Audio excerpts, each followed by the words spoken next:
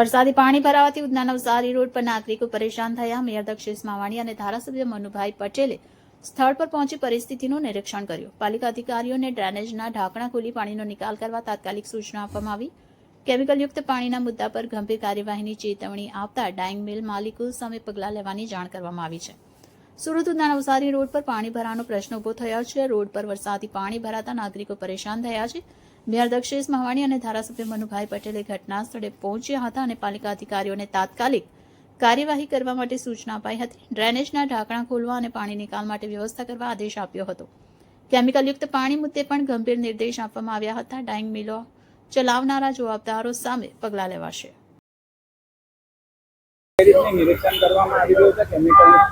અત્યારે ઉધનાની અંદર અમુક ઇન્ડસ્ટ્રી અનટ્રીટેડ પાણી છોડી રહી છે મોન્સૂનનો લાભ લઈને। હું ધારાસભ્ય શ્રી ઉધના ઝોનના ઝોનલ ચીફ અને ઝોનલ અધિકારી સ્થળ પર આવે છે। કઈ ઇન્ડસ્ટ્રીઝમાં અત્યારે પાણી આવી રહ્યું છે, જીપીસીબીને ટેલિફોનિક વાત કરી છે કે તાત્કાલિક જે ઇન્ડસ્ટ્રી અનટ્રીટેડ પાણી છોડી રહી છે તેની પર પગલાં લઈ આ લોકોના જાન સાથે જે ખેલવાડી રહી છે જે કેમિકલ માફિયા તેની પર તાત્કાલિક એક્શન લે।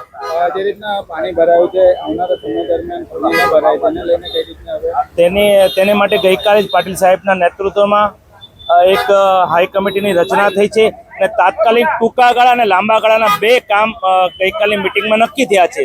લાંબા ગાળામાં જે સુરતના સ્ક્રેચમેન્ટ એરિયાનું પાણી કઈ રીતે ફિઝિબિલિટી રિપોર્ટ દ્વારા ડાયવર્ટ કરી શકાય અને ટૂંકા ગાળાના જે ખાડીમાં એન્ક્રોચમેન્ટ છે એને તાત્કાલિક ધોરણે દૂર કરવામાં આવે એવું ગઈકાલે મિટિંગમાં નક્કી થયું છે।